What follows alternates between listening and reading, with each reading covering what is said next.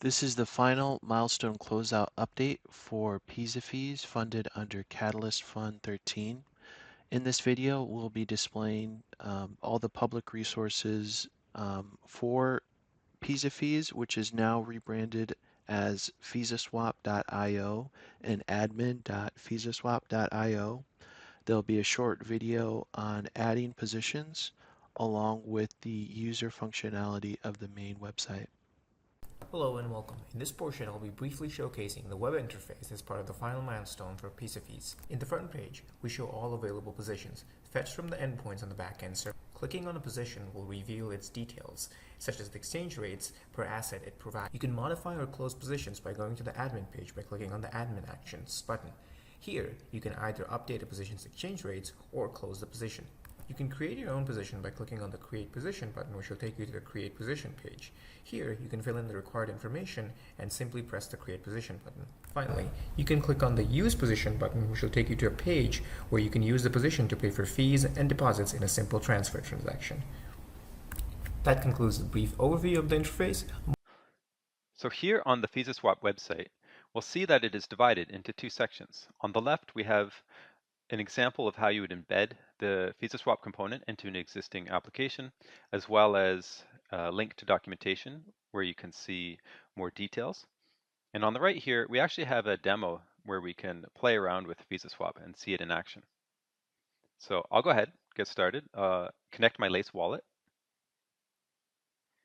And at this point, we're just doing a very basic transaction where we send a token to some recipient. So this is just simulating an application where we're building some transaction, right? So I'll go ahead and build that. And then we see the actual Fisaswap component, right? So this is what would be embedded into a site. You can stylize it. You can even, if you're not using React, there's ways to just use the SDK and embed that into other types of applications.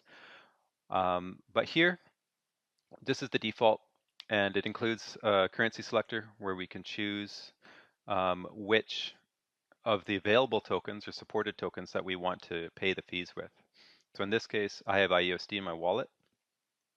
So I selected that to pay the fees, and I'll go ahead and just get an estimate on that, right? So behind the scenes, the Fisaswap smart contract has done the conversion. It's applied the ADA to pay the fees to this transaction. And you'll see that there's actually 0 ADA coming from my wallet. We'll see the NFT that I selected and also the IUSD. So this is the amount of IUSD that was required in order to cover those fees. At this point, I'll go ahead and confirm. Just quickly enter my password. And just like that, we've gone ahead and successfully submitted a transaction without paying any ADA.